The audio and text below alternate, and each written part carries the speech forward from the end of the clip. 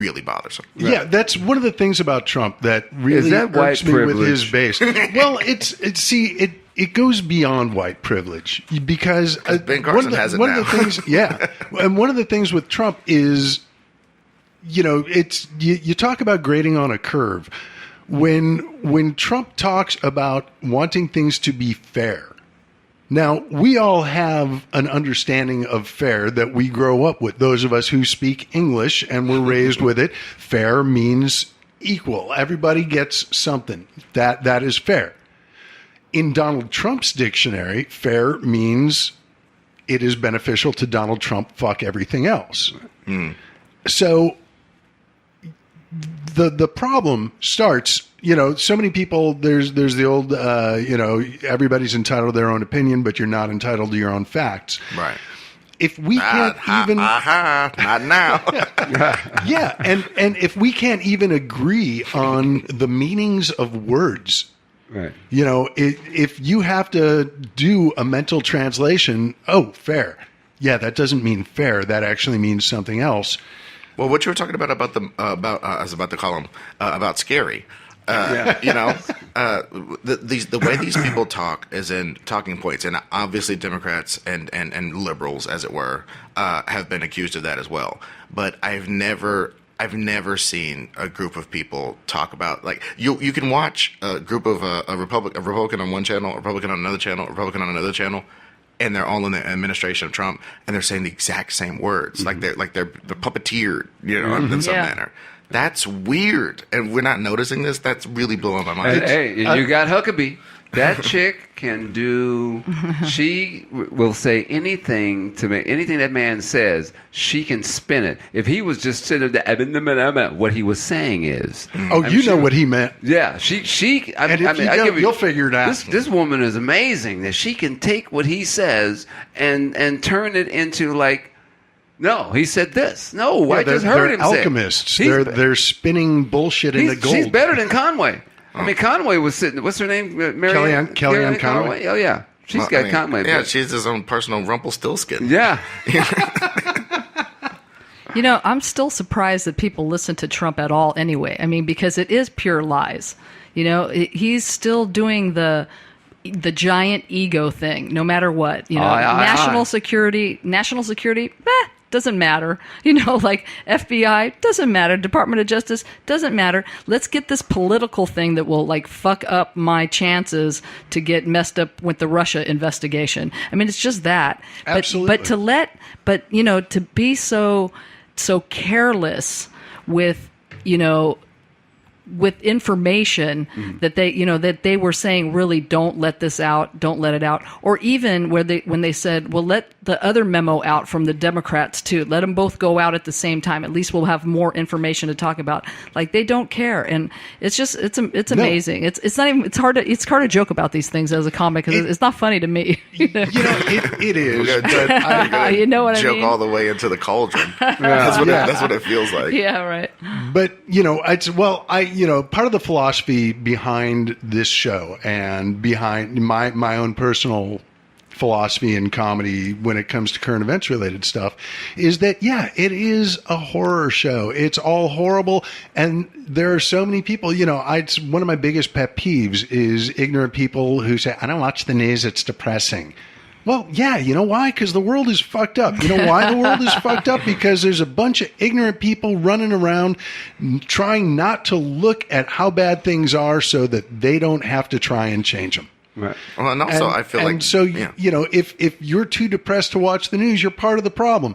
So we do this show. We talk news with comedians to try and make it more appealing, to let you know, it is hella depressing, as the kids might say, but that doesn't mean we can't laugh at it. And doing a grand job, too. All of this stuff is funny to me because it almost seems like we're it's a repeating cycle is what I'm trying to say. I remember when Patton Oswalt did a bit, and he was talking about basically watching the Bush-Cheney years was like watching a Dukes of Hazzard. Right. Because it's like, how them Duke boys gonna get out of this one? You started a war on foreign soil on a lie? How they gonna get out of this one? And you tune in, and then they jump to General Lee over the Constitution or whatever, and over the Bill of Rights, I think he said. And I feel like we're watching it again. And I don't, and it's Doug Stanhope also has a bit where he goes, I did a bit about overpopulation. Why is everybody still fucking? As comedians, we really feel like I did this. Right. I solved this. Right. Well, I solved this. But you got to learn to laugh at pain. I mean, absolutely. You got to laugh at. I mean, where does comedy come from? It comes from tragedy. Well, it used to be tragedy plus time, but now we don't really even have the time anymore because there's no tragedies. But a lot of your stuff. I mean, for those of us who are comedians and we read. I mean. Guys who are reading 3-4 newspapers plus social media and everything. I mean, that's where they're able to come up with this stuff because they're seeing it. It's handed to you. It is handed to you. They're looking at the mental illness that is in our society today, and they're laughing at it because people are trying to make it seem. But have you experienced fatigue though? Because I think yes. That's what happened on Screen Junkies the other day. I think people were like, you know what? I don't want to hear it. I know it is bad. Water's wet. Trump is bad. The moon's in the fucking sky. You know what I mean? Like I think people are starting, and that is how they get you. Mm-hmm. I'm sure some fucker in Germany, circa 1939, was like, I'm tired of hearing about this goddamn Hitler, man. I just want to drink my beer and eat my schnozzle wurst or whatever the fuck. Apparently, these were Dr. Seuss's ancestors. But yeah, and as comedians, if you're going to be doing political or current events related comedy, it is up to us to, yes, they do hand it to us, but it's up to us to translate that into jokes. Otherwise, we're just Seth MacFarlane going, you remember there were Kool-Aid commercials? Yep. But is there a joke or are you just repeating something? I think a lot of times there is no joke. I mean, the fact is, it's just you talking about it. I mean, a lot of times Carlin, if you looked at a George Carlin, a lot of times he just commented on what is going on and pointing out how ridiculous it is, and people are going, I never thought about it that way. No, yeah, because you've been focused on the insaneness. You've been in the rat race. You haven't taken a step back. One thing about comics are able to step out and look at the picture of the world and then go back in. Well, a lot prevents us from looking inward at ourselves. Yeah. Oh, yeah. Well, we already looked at that. That's how we were able to do what we do. We've already sat down and dealt with that guy. I talk to my demons all the time, so I know. I said, okay. Yeah, how would you teach kids? How would you teach kids about this right now? Like, what if are you in the classroom presently? I would have been arrested probably. I'd have been arrested about a year ago. I think. I don't think I would have had a heart attack in class when Trump won. Wait a minute, that would be too much. You did see the teacher who took that kid's letter. The kid was writing a letter to Hillary Clinton. And apparently he gave it to the teacher, or she gave it to the teacher, and he changed it to he messed up her name purposely and called it Hillary. Hillary, like calling her a liar. Hillary. Yeah, they're so clever. Those right. And he put that in there. Yeah, a bastion of comedy, the right way. I'm telling you. Yeah. Another local teacher just got in trouble also for saying something against the military. Right. Yeah, and you know what? I don't necessarily agree.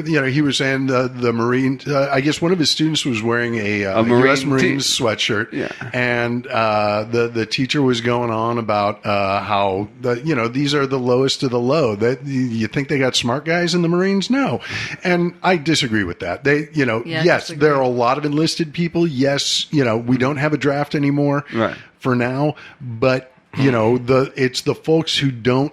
And not everybody who enlists, but there are a lot of people who enlist because they don't have any other options for advancement. So they go, they serve, they can go to college.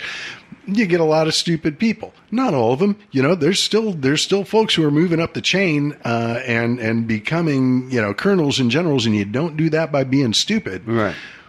But the thing that really pissed me off about this is all the vets that were like trying to jump to the front of the line to condemn this teacher. You motherfuckers fought for this guy's right to say that shit. You don't have to agree with it. Right. But this is exactly what you fought for. I got into a little bit of a discussion on Twitter with someone who served in the Navy. And they were complaining about Colin Kaepernick, and everyone else in the NFL who's taken a knee. Mm-hmm. And I asked, just to clarify, when you served, were you aware that you were fighting for the First Amendment rights of all Americans? Well, but this or just did you think you weren't fighting for the black ones? But to me, all of this is obfuscation. I'm sorry. This is ridiculous. What does the fucking military have to do with police brutality and the status of black people in America? Nothing, unless you think about the fact that now the police are a military organization. That's right. That's right. And that is, to me, whoa, that's mind-blowing to me that nobody really makes that connection except these people on the private Also, level. what blows me away is that we're talking about guys who fought for this country. And your father, my father, hey, your father, fought for the country. But they were lynching brothers in their uniforms when they came home. Mm-hmm. You fought one war over there, then you came back over here and fought another war. Mm-hmm. And you keep saying that what you fought for, wait a minute, bro, I didn't get them same rights that you did. You still haven't cleaned up what you did when you were injecting brothers with syphilis and all that. That does not go into history, because when you start digging and start talking about all this stuff, you don't have a great track record when it comes to talking about the military and black folks and the minorities. Period. You don't have a great track record. And the sad part is, a lot of these people's lives, and I don't want to talk like that, these people, but a lot of the people who join the military, some of them are in my family, as Tymon was talking about. My brother-in-law is a decorated Marine, Bronze Star, Purple Heart, all that shit. And that dude is the most apolitical human being I've ever met in my life.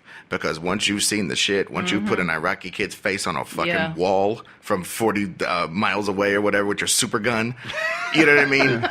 All the rest of this stuff is irrelevant.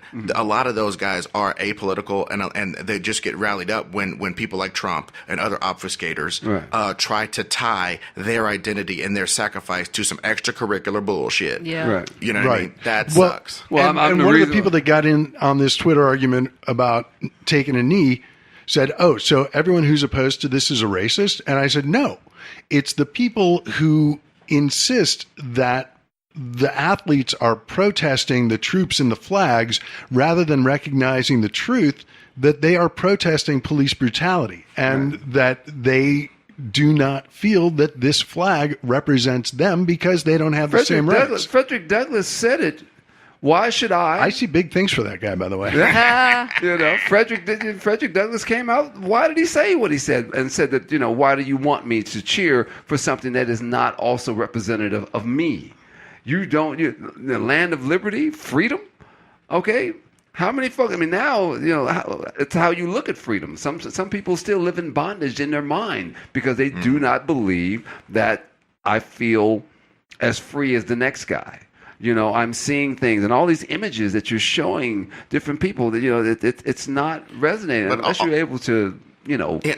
And it's also this worship of so-called exceptionalism. I hate when they go like, well, Colin Kaepernick and all these rich guys, they make so much money. What do they care? You're saying basically because these exemplary Negroes who enjoy a life 5,000 times better than most average people, period, because they still see something and the people that they came from are still going through it, they don't have anything to say. Well, you got your money, shut up. It's almost money's not hush money for that's oppression. the thing, though. That says so much more about the people who are complaining because their idea is, I need to get rich enough that I don't have to deal with people like me anymore. Boom. Yeah. Right. Wow. But But they don't understand you're always going to deal because if that was the case, you would be able to you had no peace in your life in the first place. And even if you had the money, if you didn't take care of those issues before you got the money's just going to help kill your ass anyway. So don't think that you are going to be freer because you have the money. Well, I hear people tell me all the time, man, it's about the money, man. You got to get that money, Shipp. You got to get that money. Yeah, okay, when you get the money, guess what? The money exposes who you truly are. Right. It exposes your issues. Well, and we saw a lot of people after the State of the Union ripping on Representative Joe Kennedy III for giving the Democratic response because he's a Kennedy. He comes from a political dynasty. He's what he says is worthless because he comes from a rich, powerful family. And you saw what you did to his grandfather. Well, and you look at, it's Joe the First, I mean, that whole generation, Prescott, Bush, they were all fucking dirty. They all did horrible things.